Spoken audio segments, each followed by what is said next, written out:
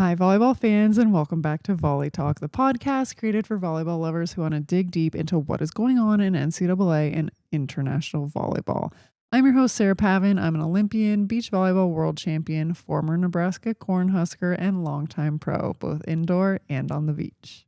And I'm Adam Schultz, former indoor player, international volleyball coach, and the show's resident stat guy. Regular season of NCAA volleyball wrapped up this past week. It was a good week. It was a lot of fun to watch the volleyball this week. We had a mixture. A lot of conferences have conference tournaments. For those, that was happening. Other conferences were just wrapping up regular season, determining their champions. And we had the NCAA selection show. So NCAA season is coming to an end, but we just kind of wanted to do a recap of the week and our preview / predictions for what is going to go down in the NCAA tournament. So we are really excited. Best time of the year for sure. Well, there's a lot of good times of the year for volleyball lovers, I would say. That's true. This is a very good one. It's a good time of the year, everybody. Okay, so we're pumped. So let's get started.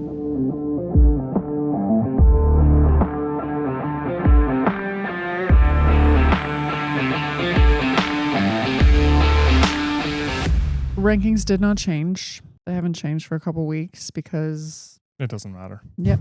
At this point, people have shown their cards. So no need for that. But there were some interesting matches happening and some interesting results. Let's just get this out in the open right away. What are you talking about? Adam's very satisfied, everyone. I wasn't going to say anything. You were definitely going to say something.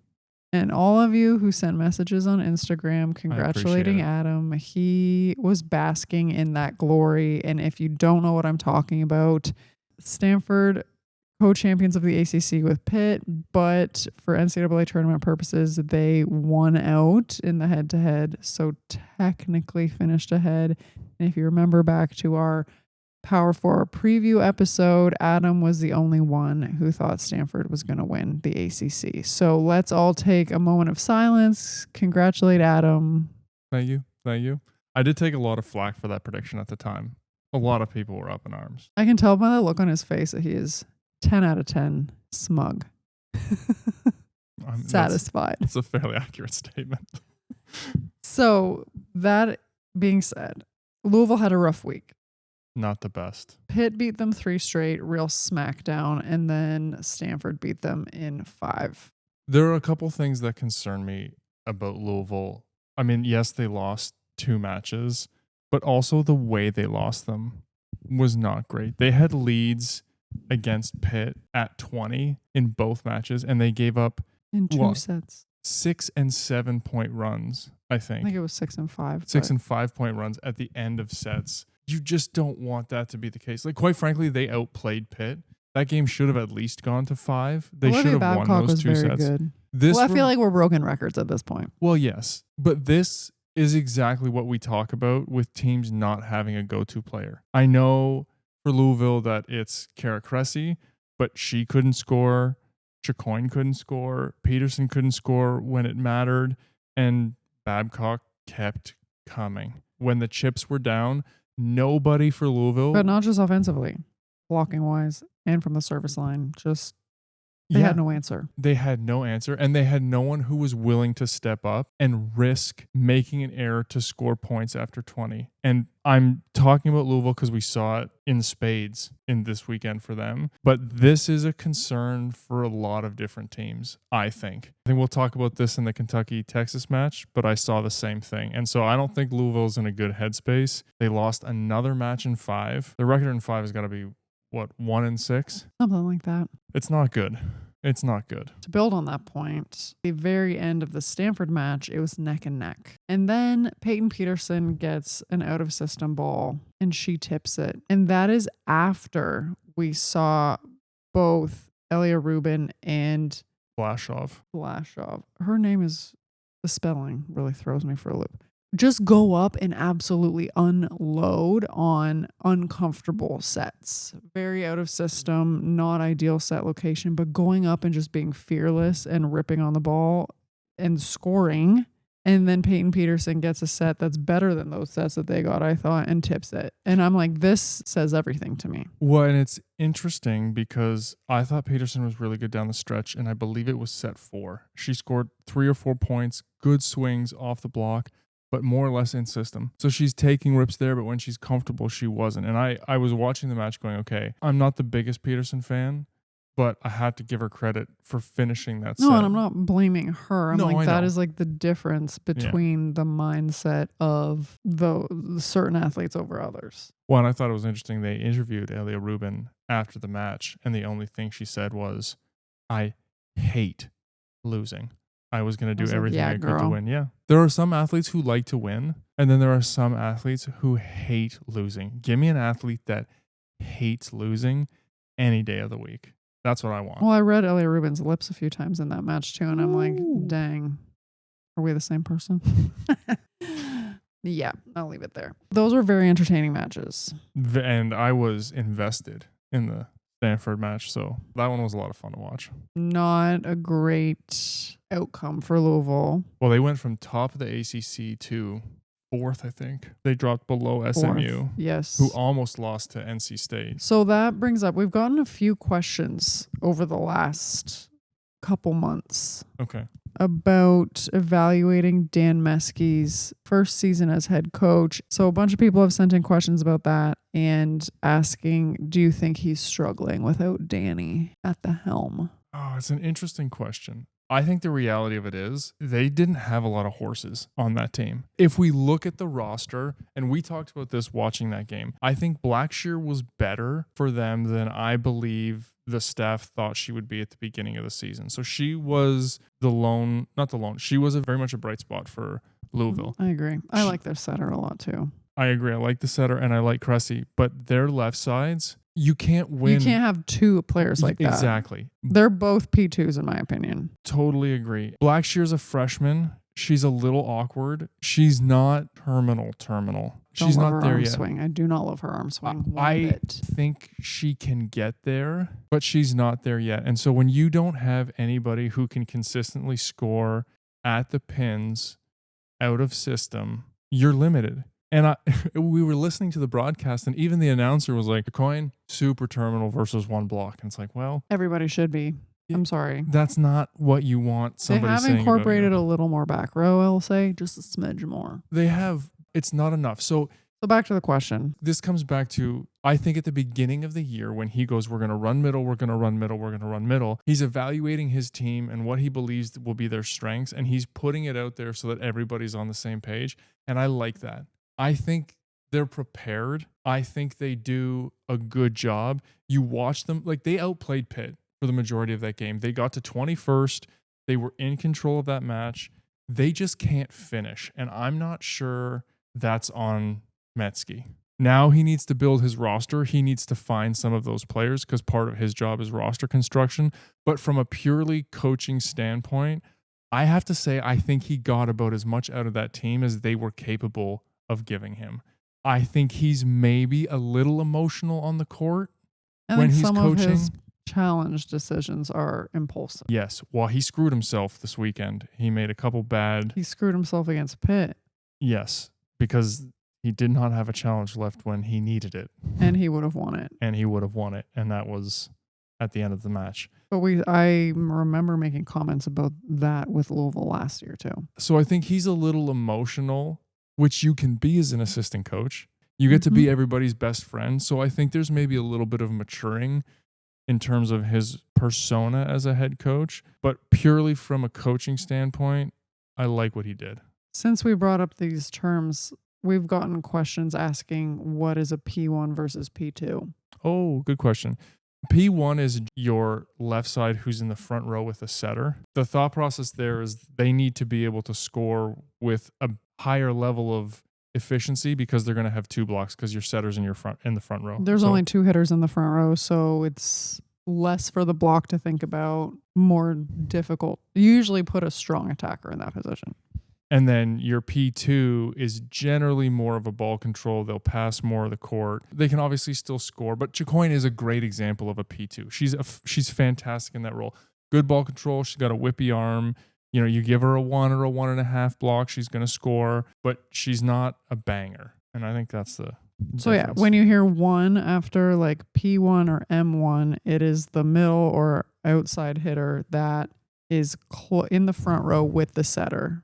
So there you go. Good question. The other match we saw, SEC championship match between Kentucky and Texas. Got lots of messages about this one too. The old Texas blowing reverse sweep.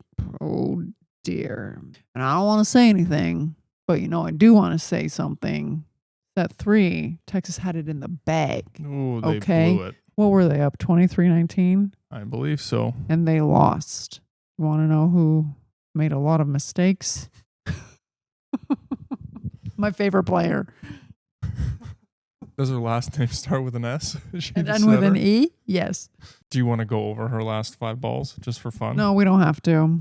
I think I have them memorized though. I know you do. But anyway, okay. Kentucky. They started running that middle. Kentucky is going to be a dangerous tournament team because Cassie O'Brien, I don't know whether Craig Skinner has been working on running the middle all year and has just not implemented it. I think he's been aware of what their weakness is and having just setting every ball to the left side. I think he is well aware and they have been working on it. Totally agree because he said that in matches for as long as we've watched them play. I was going to say, do you think they've been working on it and just not using it in games? Or do you think it's been a constant Cassie set the middle, Cassie set the middle, Cassie set the middle? Because it worked really well against Texas. Both Lizzie Baltimore Carr was and very good. That was a full team effort. Even Thigpen scored points for them. And that's good. Their biggest question mark is Malay Tozo's setting. I'm on one again today. No, guys. only Watch when she jump sets. If she keeps her feet on the floor, when she's she good. uses her platform, her sets are fine, but jump sets, watch out. But I watched them and I thought, if Cassie O'Brien can keep her head in matches in terms of set distribution. And she's a pretty good blocker too. Yeah, she's big. She's got a pretty good serve. Her distribution was really good against Texas, and it took her a little bit of time to find her rhythm, and Texas played really well at the beginning. If they have distribution in the middle, Kentucky is going to be hard to beat. Their left sides are good. They're a really good duo, and the crazy thing is like both of them are 6 rotation outsides. Like how many of the top teams have 2 6 rotation outsides that play? I don't think any. Exactly. This is how volleyball's supposed to be played, people. And I think that's why I like Kentucky, is because it's truer in the international sense of what you generally like. They have back row options. They have front row options. Both Eva and DeLay pass. They play defense. They're just engaged in the match. They were fun to watch. I'm going to throw it out there. I think if Kentucky can pass and their middles are running, I think they are the team that has a chance to take down Nebraska. Well, so that was a question that we got as well. Like, which teams going into the tournament do you think line up with Nebraska or have a chance to beat them? And that was going to be my answer to it. The way you beat Nebraska is to neutralize their middles. You have to be able to do that, whether it's passing or blocking. With Eva and DeLay and Lizzie Carr, if they're disciplined, can put up a good block on that slide. If you can make Bergen think about setting somebody else and make the outsides beat you, that's the way to go about it. They have some blocking liabilities on the right side of the court, I think. Who? Kentucky? Yeah. Oh, Thigpen? Yeah. But Daly is good. Yeah, Daly's good. Daly's a good blocker. So it'll be an interesting matchup. And again, I'm not saying they will, but that is the key. And I think Kentucky has the roster to push them. I have to give a shout out. Tori Stafford absolutely dominated that match, though. I got so many messages about how good Eva Hudson was. I'm sorry. Tori Stafford was better. Tori Stafford was the best player. Best in that player match, on the hands floor. Down. But Spears has disappeared. She started strong down the stretch, but has just kind of fizzled as the seas's gone on. And I think happens. Emma Halter's good. You know who's the best setter on Texas? Emma Halter. Yeah, Everyone's gonna hate me, but that's true. She delivered some in-system jump sets from behind the attack line. I was like, dang. No, in tempo. Yes. Jump sets behind the 10-foot line, back sets, jump sets in tempo. I'm like, teach Swindle some things. She's fun to watch too. I like her. Sure, setting is quite good. Texas runs into that problem that Kentucky was having. They don't run their middle. And They're not good offensive options, I don't think. Yeah, but they should be better than they are. I agree. You may not have Nebraska's I actually middle, like Vanderwall. Her ball control suspect, but offensively, I like her. Well, and she was swinging to win. She made some mistakes, young mistakes, but I loved her mentality. She's a girl who wants to earn her points. She's not afraid to go out and take a rip, to look for hands, to swing for open space. She impressed me. That was probably the biggest match of her career, and she did not shy away from the moment. I was impressed. We had a comment asking about Tuzzo, the libero for Kentucky, wondering why we were sleeping on her and she didn't get any nods for I wasn't sleeping on her. An All-American. She's good. She's in the conversation for liberos, I would say. Do I think she's a first-team All-American? No. Okay, so I'm going to branch out from that question. Who do you think are the top 5 liberos? Just rattle them off the top of your head. Top 5 liberos in the NCAA. You're not giving me time right to now. think about this? Well, okay. Take a minute. But like who comes to mind? Emma Hickey, getting us a ton of points in our fantasy league. No, just kidding. But seriously, she digs a lot of balls. Okay. I would probably say Lola Schumacher, Jillian Grimes, Emma Halter, Maya Sands. I mean, I think Tuzzo's good at passing and defense. I don't think she's a great server or setter. Fair. I was just curious where your head was at with that. We also got a question. Do you think the teams from the SEC that make the NCAA tournament have a leg up coming from playing the SEC tournament instead of just winning a championship? I don't think so. No. I think because all the teams, even in the teams that don't play like an SEC tournament, they're still playing the week before the NCAA starts. Yeah, I mean, Kentucky got to beat Texas. Like, that was a good match. You had 2 teams going at it. I don't... Like, do you think because it's in like a high pressure, high stakes environment that like gets them extra ready? I don't think so, because you're battling for that top spot all season. You're playing all the same teams. Maybe if you're a freshman, I can see a case for it being a good experience for freshmen. Eva Hudson doesn't care that she beat Texas. I think Eva Hudson definitely cares. Have you seen her? Let me rephrase that. She's very competitive. Yes, you want to win. It's a good way to win. Good for you. But the goal is a national championship. Yes. I mean, would I rather play in that environment than Nebraska, who played Penn State and they didn't even score 25 points in 3 sets? I'm exaggerating, you guys. Relax. And Ohio State? Yes. I would rather be in an environment like that than playing 2 easy peasy matches. Fair. But if you come back and go, we didn't win because we didn't have a Big Ten tournament at the end. No, that's not the question. Nonsense. It's just, do you think they have a leg up? Not really. The other little matches that we found interesting were Minnesota beat Purdue in 4. That was a match that I was looking forward to watching. It actually didn't disappoint. I enjoyed watching it. What do you think of Stella Swenson, Minnesota's setter? I like her. I think she delivers a good offense. I think she tried to push the middle. Like, all of the characteristics that I look for in a setter, I think she's done a good job of. And it wouldn't be a week if the Big 12 didn't just go wild. There were more upsets than this, but I can't keep track of the Big 12 anymore. It's crazy. K-State beat Iowa State 3 straight. I don't know how that happened. Yeah. I think BYU beat Colorado as well. Yeah, I'm not sure I consider that an upset anymore. No, I agree with you. But then it was Baylor a beat 25-21. Yeah. But TCU, like, garbage. How are they still ranked? Is anyway, TCU going to make the tournament? Yes, they're going to make the tournament. You can't be ranked top 25 and not make the tournament. Well, they shouldn't be allowed to compete in the tournament. They've been that bad. Hey, somebody please take note that Adam is also becoming savage. Thank you. Those were the big matches of the week in the NCAA. I know that we are NCAA focused, but the MLV, I almost said PVF, the MLV Draft happened this week. We will do team reviews going into the season once NCAA is done. So we're not going to dive into what teams needed. Did they do a good job drafting for the positions they needed? But we will go over, each team got 4 picks if they hadn't traded them away. As a quick reminder for those who haven't thought about it ever or in the last 8 months, Vegas is no longer a team that ownership group fell through. They have added the Dallas Pulse, so they did get the first overall pick. They've also drafted a whole bunch of players. Orlando won last year after, I believe, Omaha won the regular season. I think they did, yeah. And Columbus, I believe, came dead last. So we'll look at those teams just in terms of draft order and where people fell. But I'm going to give you the first 4 choices, or the only 4 choices for each of the teams.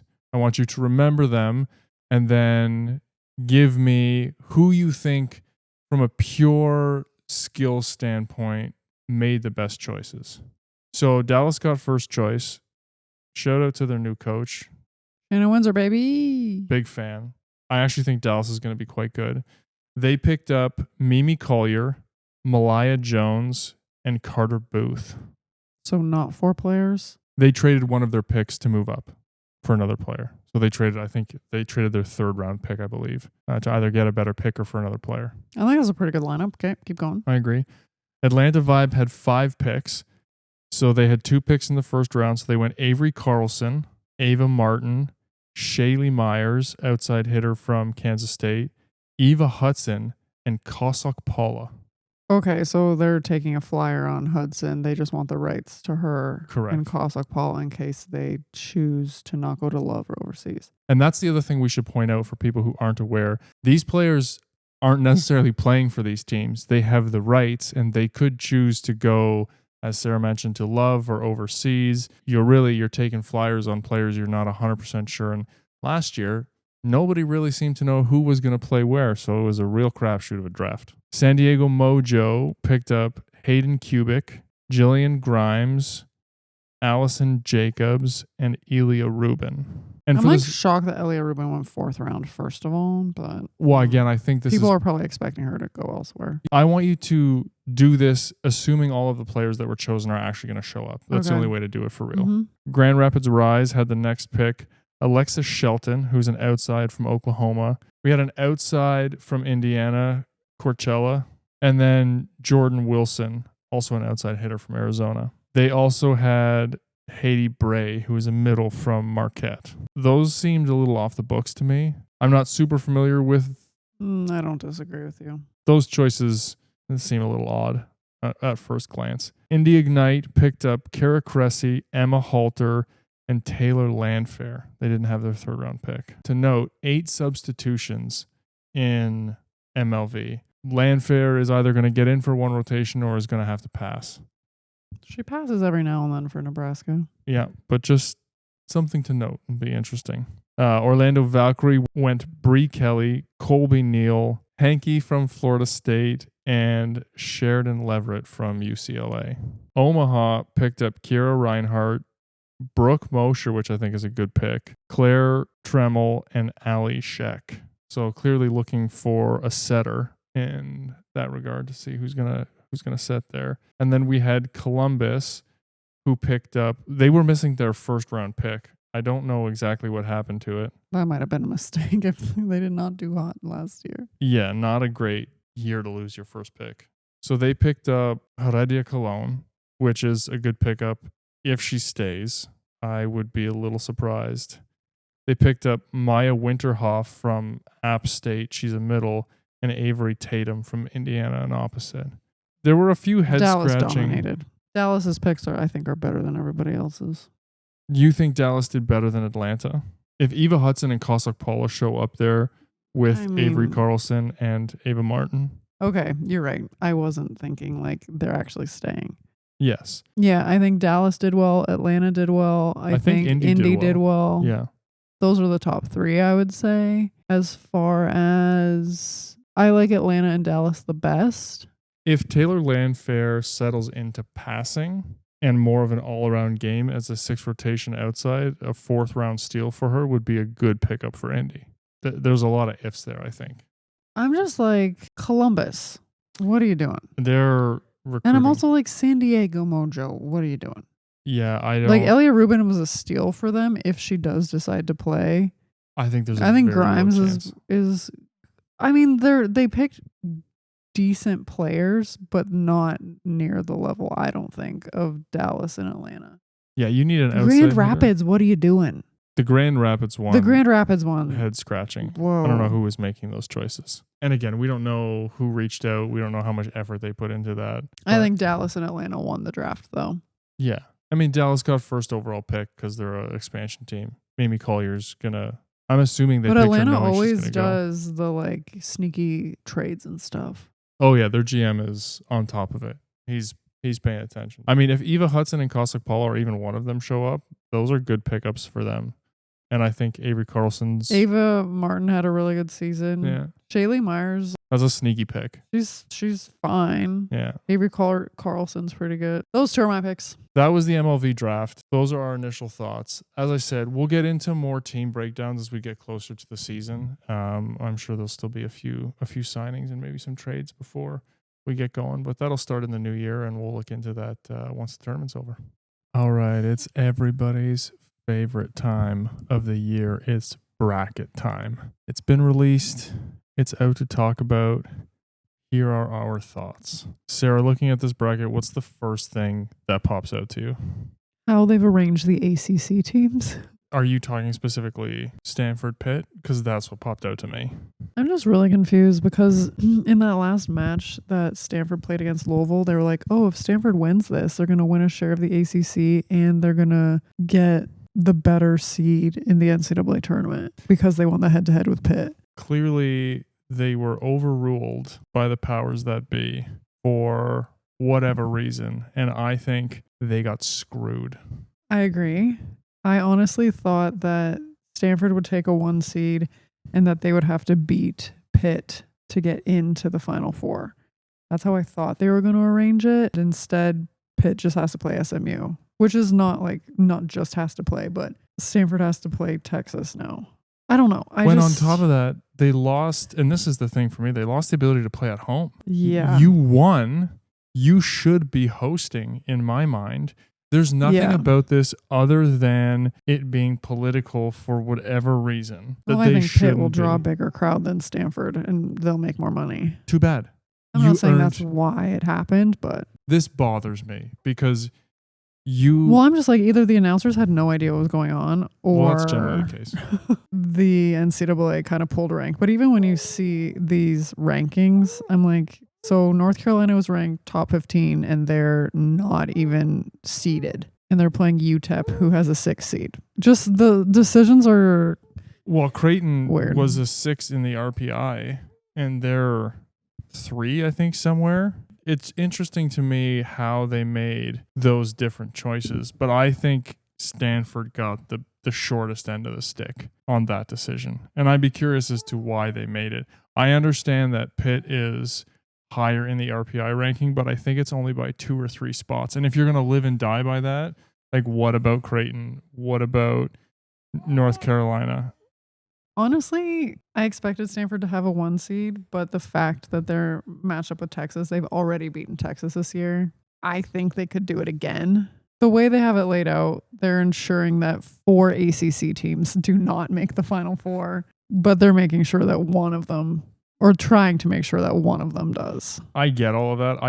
It hurts my soul. And I know that I picked Stanford, but outside of that, you go out and win big matches and beat big teams to try and give yourself an advantage. And for that to be taken away from you for no particular reason that is discernible, I think it just sucks. I'm not a fan of how they do this. I don't love the rankings they pick. So you're going to tell me the AVCA, for whatever reason, decided that Penn State was a top 25 team all season, and now all of a sudden they're an 8 seed, which according to this, the layout is like a 29 through 32 ranking. And then South Dakota State's a 7 seed. Like, I don't know. I don't love how this works. But anyway, we could talk about this forever. Let's go quadrant by quadrant or region by region and break it down. Let's start with the Nebraska region. I really don't want to do this because we're going to be running a bracket challenge, and I don't even want to tell you guys what my thoughts are because I don't want you to get any sneaky ideas. Okay, actually. But we saw how bad I did last year, so maybe do listen to me. And you'll switch it up. Yeah, on that note, I made my own bracket this year, so we're going to post the URL in the show notes for you to check out. It's hosted on a weird website That's a legitimate website. It's not a virus. We did it on ESPN last year, but I wanted to add a slight modifier for getting the number of sets right. So it's going to be a slightly different bracket than what we did last year. Check it out. And also, if you sign up, we'll send you other updates about other fantasy stuff we're going to be running in the future. So check us out. Join us in the bracket challenge, and we'll be talking about it as the weeks go on. Okay, let's look at the Nebraska regional. We've got Nebraska as the 1 seed, Louisville as the 2, Texas A&M as the 3, and Kansas as the 4. What about this is interesting to you? I think the potential Texas A&M Louisville matchup in the round of 16 is interesting. And where does your head go just off the bat without a ton of thought put into it? Which way do you lean? Honestly, I'm leaning Texas A&M. Me too. I think this is another example of having star players. And Lednicky's not Babcock. I understand that. But she does swing high and hard. I'm not sure it's a great matchup for Louisville. They're going to have to serve really, really well to beat Texas A&M. I think it's going to be a really good game. But I think I give the edge to Texas A&M on that one. We've got Lednicki, Stower, and Okpala. I like those 3 over what Louisville has going on, honestly. I think for a first round matchup, I'm curious about Western Kentucky Marquette. That could be very interesting. I think Nebraska's going to roll. Who do you think wins between Miami and Kansas? Again, assuming those 2 teams move on to the second round. I'm going to give it to Miami. Me too. I think Heredia Cologne, nobody can stop her. And sometimes, yes, she makes an extravagant number of errors, but it's actually impressive how she's been a one-man team. And the setter's good, I think, but you know what I mean. Honestly, even if Nebraska plays them in the round of 16, I think Nebraska will find an answer. And even if Nebraska doesn't, I think she makes enough errors and Nebraska comes at you from enough places that they will neutralize her. And then I do think Texas A&M. So I think to get to the Final Four, it'll be Nebraska, Texas A&M. I think Nebraska will win. But those were the interesting matchups, I thought, from that region. I agree. And to piggyback on the Heredia Cologne, she'll still score points against Nebraska, but that will be her toughest challenge in terms of scoring points. So she's not going to go off for 40. And I don't think or maybe she will. Nah. And Nebraska's like, sure, you can score your points, but nobody else will. Yeah, I don't think so, but we'll see. But I agree with your assessment there. Okay, let's move down to the lower half of that bracket. So on the same side as the Nebraska bracket. So the winner of this one will play, assuming Nebraska, in the semis. We have Pitt at 1 and SMU at 2. What stands out to you in this quadrant? Anything interesting or that you're looking forward to watching? Well, Purdue is 3, Minnesota's 4. Honestly, these first round matchups, maybe the most interesting one to me is potentially Florida-Rice. I'm honestly going to give it to Florida. And you know what? These ones aren't as interesting to me as the last quadrant or the last region. I think we're going to see SMU and Pitt in the round of 8. Again, Pitt's success hinges on if Babcock can score. I think she will show up, so I'm giving it to Pitt in this region. Do you think Purdue has... Well, do you think A, they'll beat Baylor, and B, do you think they can give SMU a run? Purdue-Baylor could be a decent game. I think they will beat Baylor. I don't think they will beat SMU. You don't think they're physical enough to beat SMU? I don't love their middles. Kenna Wallard is fine. Grace Heaney is fine. They are pretty consistent, but just as a whole, I think SMU's middles are better. I think Malaya Jones, they're not going to have an answer for her. I just think SMU will win that. Yeah, I think that's fair. I think so far we're on the same page. You know, the way that they've ranked these teams, they're assuming that a Pitt or an SMU is coming out, so you're going to get an ACC. They're assuming Nebraska's coming out for Big Ten. They're setting up for Kentucky to come out as an SEC. And then after that, they don't care. They don't care whether it's ACC or SEC in Texas or Stanford, which is they would have had a hard time justifying a Big 12 set up to come into the Final Four because the Big 12 is just like way behind the other three conferences, I think. Definitely at the top end of the skill. Yeah. Let's bounce over to the lower right quadrant of the bracket. So we have Kentucky at 1, Arizona State at 2. We've got Creighton at 3, USC at 4. So interesting matchups here. Do you have any that jump out? I think UNI and Utah could be an interesting match. UCLA and Georgia Tech could potentially be interesting. I think UCLA will win that one, but then they're going to get smashed by Kentucky. BYU and USC in the second round, assuming all things are equal. Well, given how up and down BYU is, never forget last year when they lost first round to Loyola Chicago, everybody. Totally. I think on paper they should crush Cal Poly, but who knows? Yeah. Again, I'm saying, assuming that the rankings hold, but I give my advantage to USC over BYU, I think, in that round. So I'm looking at USC, Kentucky. I don't see anybody on this side of the bracket that can give Kentucky a match. I think they're going to cruise to the semifinal, which I don't know is a good thing. And we might see a Kentucky Creighton quarter. I agree with you that UNI Utah could be interesting and UCLA Georgia Tech. I think Kentucky is the team coming out of this region overall, but I think a potential other interesting match could be Arizona State Creighton. That'll be a competitive match, I think. I'm going to give the nod to Creighton, I think. I got to do a little more digging on those teams. Without doing that, I think I'm going to give the nod to Creighton. They played a lot of good teams at the beginning of the season. I think they're ready. I mean, again, I think it's going to be Kentucky, USC, Creighton, Arizona State. I think it's going to be Kentucky, Creighton, Kentucky making it through. So far, the least interesting one is the Pitt side. I think there's the least number of interesting matches there. And now we come to maybe the most interesting part of the bracket. We have Texas at 1, Stanford at 2. We also have Wisconsin and Indiana in this one as well. Give me your initial thoughts and where you think this is going to go. I think interesting matches early, potentially North Carolina, UTEP. I'm going to give it, I know that UTEP had a really good season. I'm going to give it to North Carolina. I think the Stanford-Wisconsin potential matchup could be very interesting. I think Stanford is going to win that one. I don't know. I feel like the Texas kind of top part of this is pretty weak. I think they're going to move through it pretty easily. But Texas-Stanford, I'm going to give it to Stanford. I am not sure Stanford beats Wisconsin. What? Why? I like Mimi Collier over Elia Rubin. Wow. But the Blasov-Rubin combo, I think, is better than Collier-Vajacic. I agree.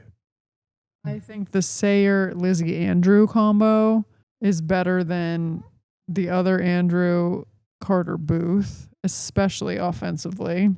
And I think Jordan Harvey is a better right side than Grace Egan.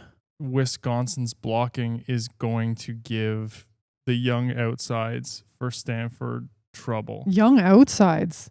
Blasov and Harvey. Harvey's not that young. What is she? Is she a sophomore, junior? I thought she was a sophomore. I'm giving it to Stanford.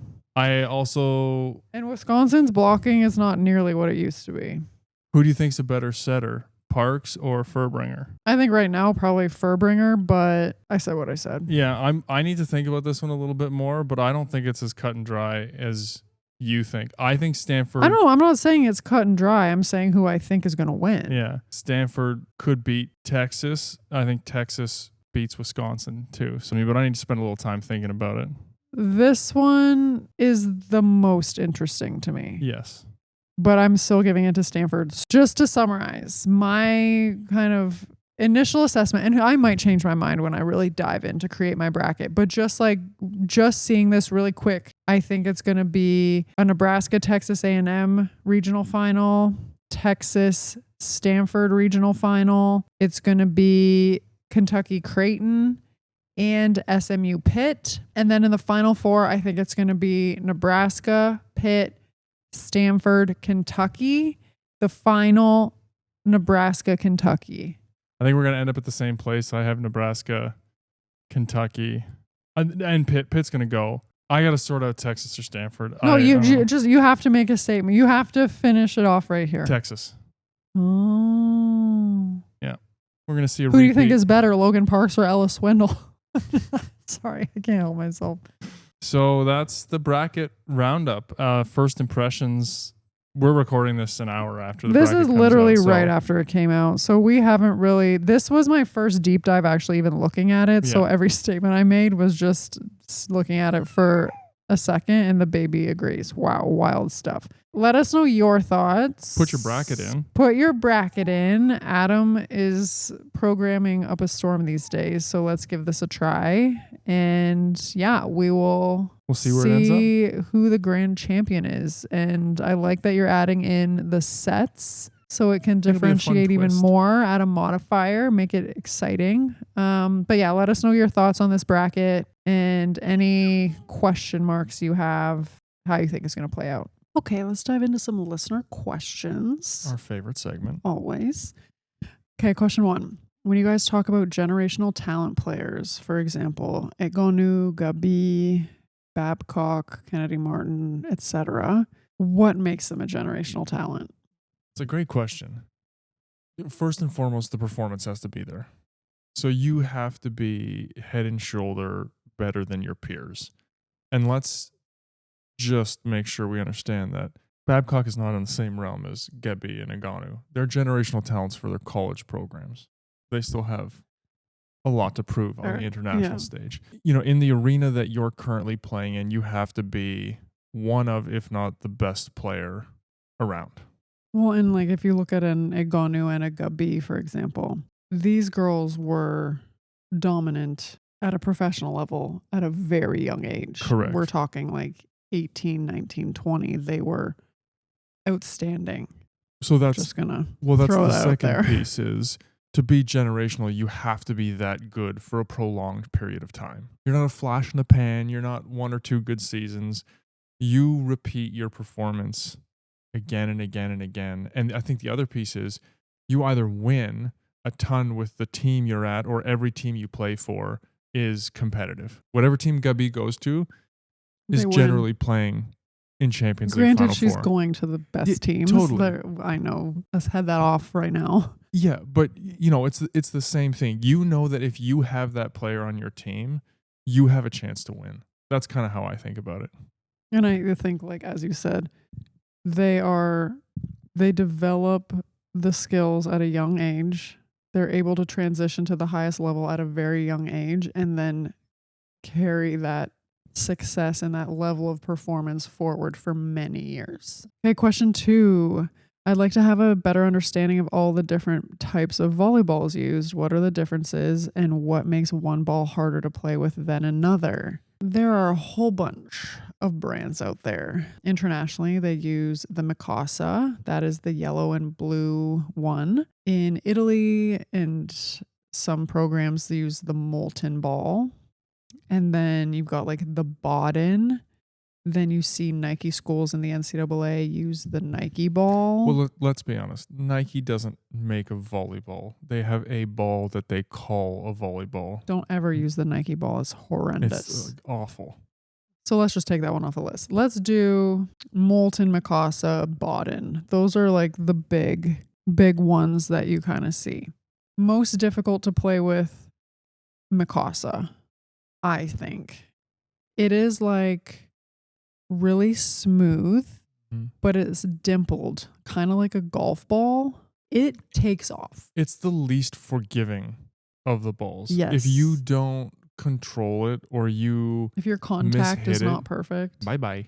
As a spin server, I hated that Mikasa ball because if I didn't hit it perfectly, it was sailing. Yeah. Like maybe that's a me problem. I don't know. But it's just like, yeah, the skin of that one is really smooth and it's like dimpled like a golf ball. It floats a lot. Like for a float serve, it's difficult to pass. It's like lighter, I would say, and very unforgiving, as Adam said. The Baden ball is your typical volleyball with like the panels, leather. That one generally, I think, is very easy to control and play with. There's a lot of give. It's a little bit heavier. Yeah. There's a lot of give. You often see those in like high schools and club settings. They're also cheaper. Some I college believe. programs do play with them, but generally like a squishier contact, easy to control. The molten is kind of a hybrid between the two. It's got like a more sticky, leathery surface, whereas like the Bodden leather is like smoother. The molten leather is kind of stickier, and it does often have like a bit of dimpling in the surface of the leather, but it's not as slick as. Can you tell that I've spent a lifetime with volleyballs? You can hit the snot out of the molten These ball. are very easy to control. The Italian league plays with this, and I loved when I would play in Italy for seasons because these balls for a spin server are a dream. They're a little bit harder. It takes a while for your arms to become conditioned to like passing them and digging them just because they are a little bit harder and stiffer than the Bodden. I think it's a perfect hybrid and very easy to control. The molten is my favorite ball to play with for sure. Adam's not nearly as passionate about this. If we want to expand it into beach volleyball, I am a Mikasa girl through and through. I hate the Wilson for AVP. Why? Because you literally just have to stick an arm out for a Wilson and it will go high in the air, which I think makes mediocre players better than they actually are.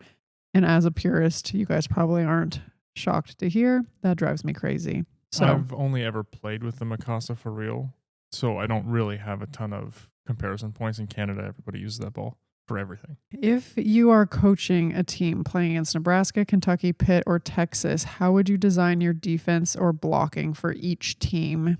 And then a follow-up question, which I think we can answer this part first.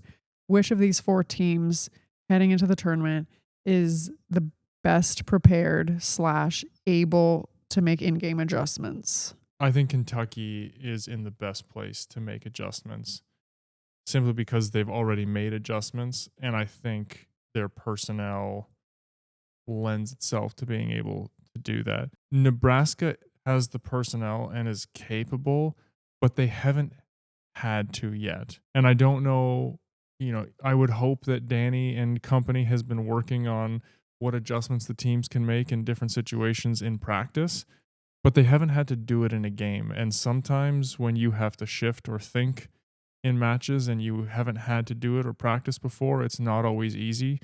So that's why I would put Nebraska second over Kentucky. I don't think Pitt has I don't want to say skill, but the ball control to necessarily make. Let's be real. Pitt is a one-trick pony. Yeah, I mean, Bree Kelly in the middle is an intelligent player, No, so we could do some blocking. No, but I'm just saying better prepared, able to adjust. They said Olivia. Yeah. Like you're not like reinventing the wheel with Pitt. Yeah, agreed. And then I think Texas with 2 freshmen in key positions, opposite and left side, I think it's tough to make adjustments when the pressure gets higher and just higher. like coaching staff wise, like you have to think of like the people on the bench too, like the coaching staff. I would put Texas probably at the bottom of that list, but that would be my order. You? I'd pick Kentucky. Yeah. And then in terms of game plans, I mean, we're not going to go detailed, let's not but we go can hit a detail, couple but highlights. Let's just. And I think we talked about the Nebraska-Kentucky overview lineup. For Nebraska, you have to neutralize their middles as best as you can and make their outside hitters score all the points. You could do that with serving. You can do that with blocking. So you could serve to disrupt the middle's attack route, make them pass. You could take a hitter to the ground, get them out of system, like whatever you need to do from a serving perspective to disrupt the middle, do that. And then I would, if the middle is an option, you need to follow the middle, not necessarily commit, but have your middle follow them. I would make the right side the last option. So get a block up for sure, potentially 2 on the middle if possible, and then focus more on the left side. Yeah, agreed. Kentucky. You got to get them in passing trouble and take their middles away. Get Delay or Hudson to the ground. Whatever one's in the front row, take them to the ground on serve receive. I would pinch your outside blocker to help with the pipe and block the left side. You want to make Thigpen beat you. You got to find a way to control their two left sides.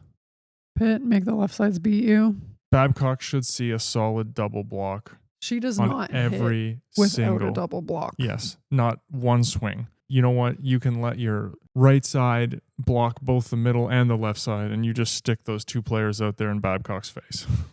But I would force her to swing into the sharp angle. That's her least favorite swing, I would say. She likes to go high, line seam, and deep angle. I would force her to beat you hitting sharp angle, but I wouldn't play her for tips. Get everybody back. Make her tip. Yeah.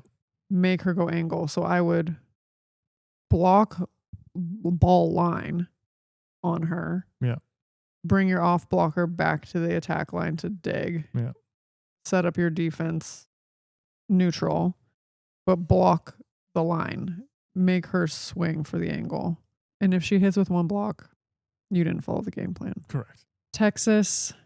Serve to position one. Don't worry about their middles, honestly. Yeah. Take their middles away. You have to find a way to slow down their left sides. You have to be ready to adjust on Spears. She hasn't been playing well, but she's capable. Like, I wouldn't put it past Spears to have like an unconscious match or two in the tournament. And so I would start with my focus on the left sides, knowing that if Spears gets hot, that you'll have to make that adjustment, and that Vanderwall, she could be aggressive, but she might not be on. So you just have to pay attention to how those two freshmen are doing and adjust your game plan accordingly. But yeah, if you're stopping their left sides with the setter, they have serve to position one. Okay, question 4. As a hypothetical, and assuming no red shirts, where would a team of Nebraska's bench finish in the Big Ten this year? So who would that be? Or we're assuming nobody who plays, so... Well, would you argue that Sigler is bench? I would say no, because she has a regular role in the team. I would say yes. Okay. Well, then, is Landfair bench? Okay, we just need to clarify. Would you... So Mouch and Choboy. Choboy's been the libero, so Mouch not bench? I would say Mouch is bench, because she... So if you're saying... You can't say Sigler is not bench... and Mouch is bench. Okay, fine. All right. Anybody who plays a regular role. So both of those and Sigler. Starters. Okay. So we've got Campbell Flynn. Okay. We've got Sheck on the right side. We've got the young freshman middle. Yeah. We've got Sky Pierce. We've got like Basiger. It's tough because you haven't seen a lot of these athletes play, but I think we could probably put a Carrie fair Limebach is estimate together. You've got a solid lineup. Yeah, definitely. Just pulling up the rankings. I would say they would probably have a really good shot at beating anybody under Minnesota. I was gonna say third. I think if you bring, because I was considering Sigler and Mouch bench because if Sigler's playing, I think that makes a big difference. Sigler and Sky Pierce, and then so this is my thought process. Purdue's starters. You think under Minnesota? Minnesota was basically all freshmen. I would Minnesota and under. That was my kind of cutoff point. For sure, everybody below that, and then I think that they could finish 3rd or 4th in the Big Ten this year. I don't think they beat USC. I like how physical USC is. I think Indiana, they'd be more consistent than Indiana. If Indiana's good Indiana and they're passing well and they're in system, I think it would be a little more challenging. Minnesota, they would probably beat Minnesota. Yeah, like I think they would push Purdue, honestly. I think their setter would be better. I think their middles would be better. I think they would be competitive. Purdue has beaten a bunch of good teams, and they're prepared, and they've competed. But you have to remember, these girls haven't seen real competition. No, you can't take that. No, you can't take that into consideration. We're talking skill. We're not talking like, oh, it's the end of the season. Everybody on Purdue played the whole season, and Nebraska didn't. We're like, it's August right now. We're in preseason. Okay, then yeah, probably third or fourth. Let's say 3 to 6. Adam's playing it safe. I'm sticking with 3. Question 5 for Adam. As a coach, have you ever made personnel decisions between or during sets based on the stats that you're gathering? Definitely. Like if your data is telling you something between sets 2 and 3, are you making switches? Totally. You don't ever make them solely based off stats, but it has definitely been a conversation. And again, a lot of times if I'm coaching like professionally, I'm assisting. Decisions made definitely revolve around hitting percentages, what we're trying to do, what do the block numbers look like? Are we getting the matchups we want? Are those players performing? So are you more of a make a switch in between sets type of guy or make a switch during the set? Both. Nobody's safe.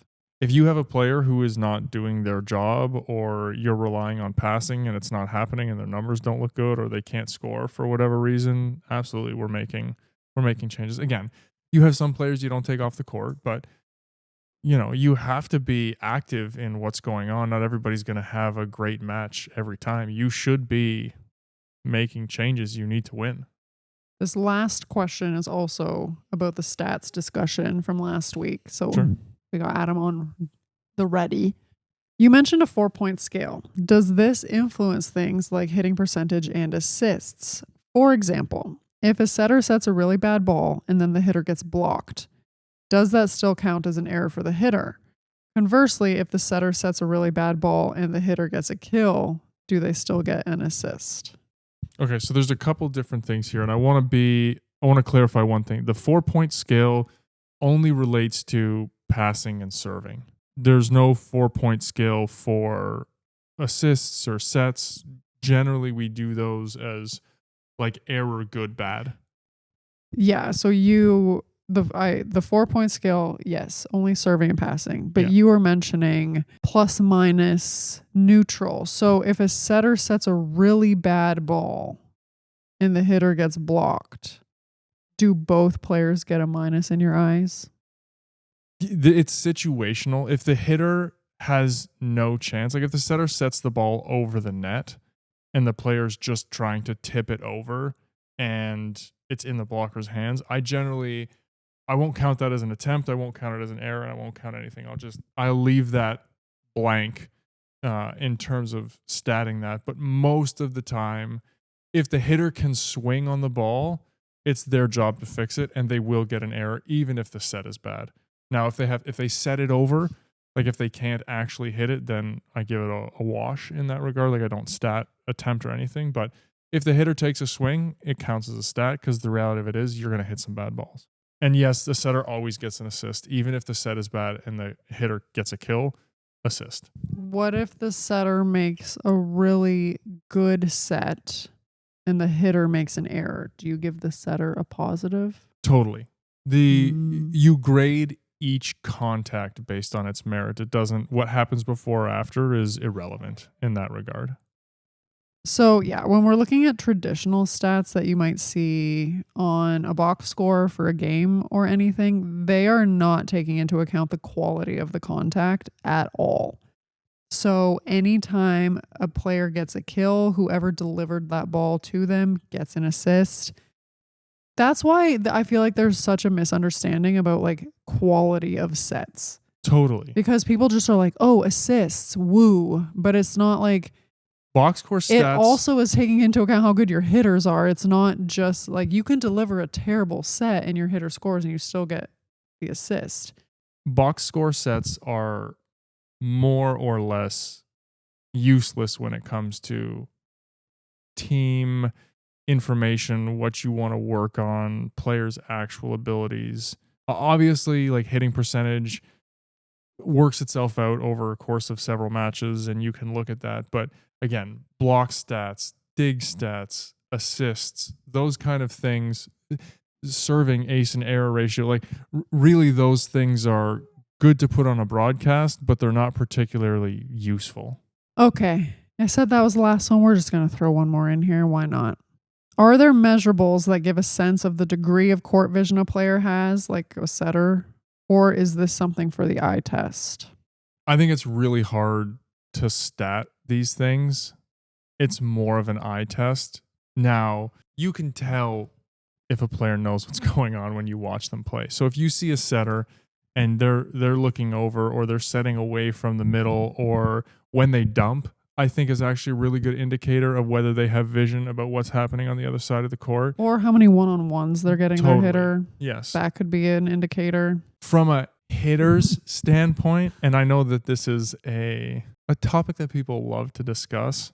I think I can tell when a hitter can see things and when they can't. Totally. But I will tell you this, the number of times I've listened to broadcasters go, "Oh, great vision by the hitter." That term is used so often, I want to like punch my TV. It's nonsense. Whenever I hear it. What are the key words that we love?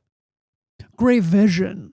Volleyball IQ. Great volleyball IQ. All of these announcers are using those terms now, and I'm like, you guys, you need to quit it. Anyway. If you hit 3 hands on the block and you score, that wasn't intentional. If you are hammering the ball and it is continually rattling around the block, or getting the biggest block touch, or you get blocked straight down and it's just outside the sideline, you didn't see anything. No, nothing. Okay. Players that consistently just hit it as hard as they can straight and are getting lucky every now and then, or just like are hitting it so hard they're just blowing up the blocker's hands, they're not seeing anything. And that's a legitimate strategy. Like you can make a career doing that, but you don't have great vision. You want to see players who have great vision. They do things consistently. So, for example, watching the Stanford match, Blasov hit off the outside hand and out of bounds 5 or 6 times. That's intentional. She can see the outside hand and she's going for it. Or somebody who hits like a variety of angles, hits line, hits cross court, throws in a tip when it's available. Like they can see what's happening. If a player swings seam when the middle's not closed, you can see that. If a player swings seam and there's 2 blocks there, they're not seeing anything. If they throw a tip in when they've moved the defense back, if they see the blocker. Love? When there's a replay and like an announcer's like, "Oh, incredible vision," and then there's a replay. And you see the hitter just hit straight. And it's like, no, they didn't see anything. Anyway. I think far less players have really good vision than what credit is given on broadcasts. 100%. 100%. All right.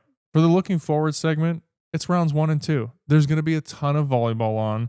Have it on all day. Put it on your second monitor. It's volleyball mayhem this week. And as a reminder, we are hosting our own NCAA bracket. The link will be attached to the show notes. It's not connected to the Volley Talk website. I'm just hosting it on a random platform, so that link is not a virus. It's our bracket, and we've tossed a little modifier in there. So read the rules before you make your choices, and we're looking forward to doing this with you guys.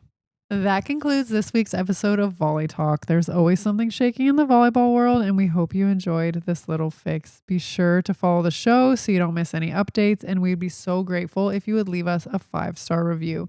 You can also find us on Instagram at volleytalk_podcast. If there's a topic you'd like us to discuss, be sure to reach out to us on Instagram or at info@sarahpavin.com. Thanks so much for joining us, and we'll be back next week.